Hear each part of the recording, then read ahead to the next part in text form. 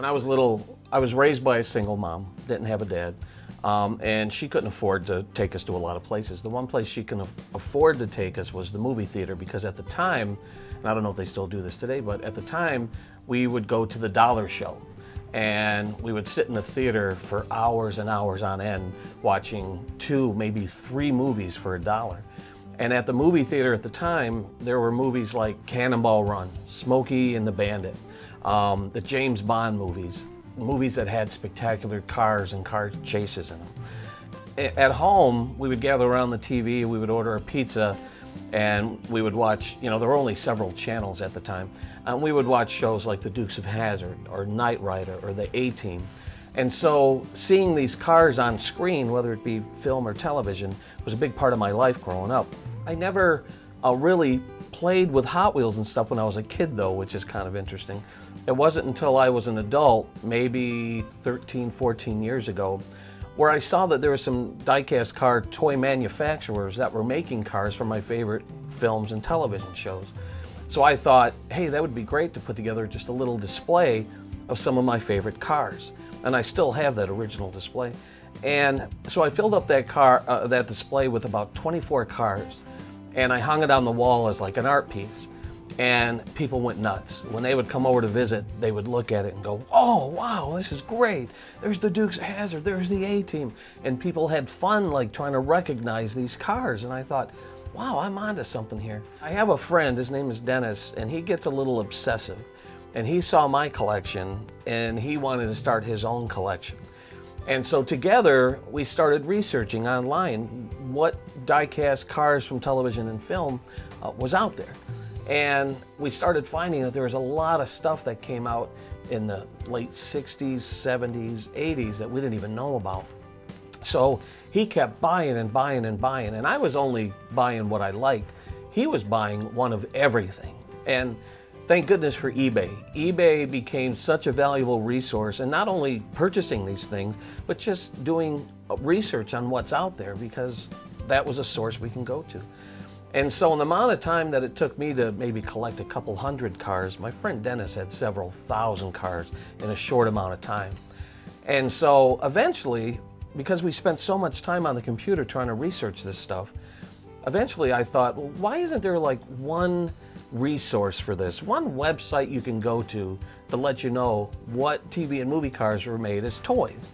And I said, well, why don't I start that, So we gathered my collection and his collection together. We photographed every single piece that we had. I bought a domain name, HollywoodDiecast.com, got a host, got some website editing software. I'd never done it before, I didn't know how to do it, but I figured it out.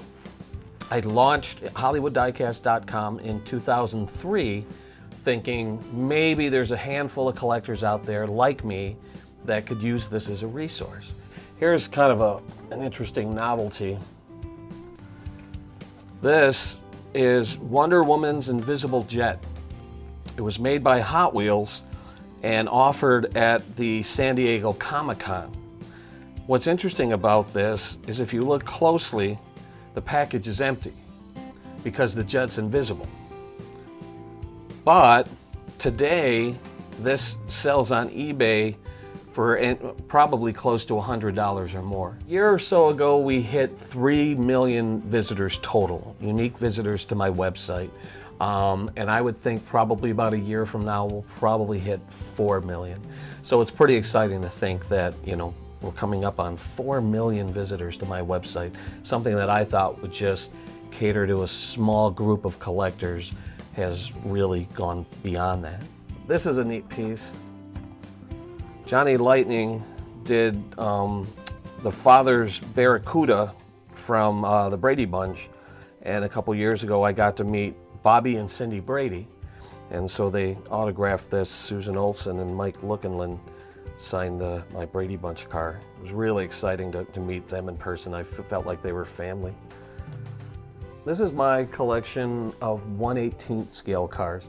Hot Wheels and Matchbox are 1/64th scale, and there are other scales, and the larger scale traditionally is the 1/18th scale. And what's neat about these cars is that you can open the trunk, the doors, there's more features, more detail. accurate license plates, all that sort of stuff. And so I have a collection of maybe 35 cars. I absolutely, I do take pride in the fact that this website is out there and that people know who I am.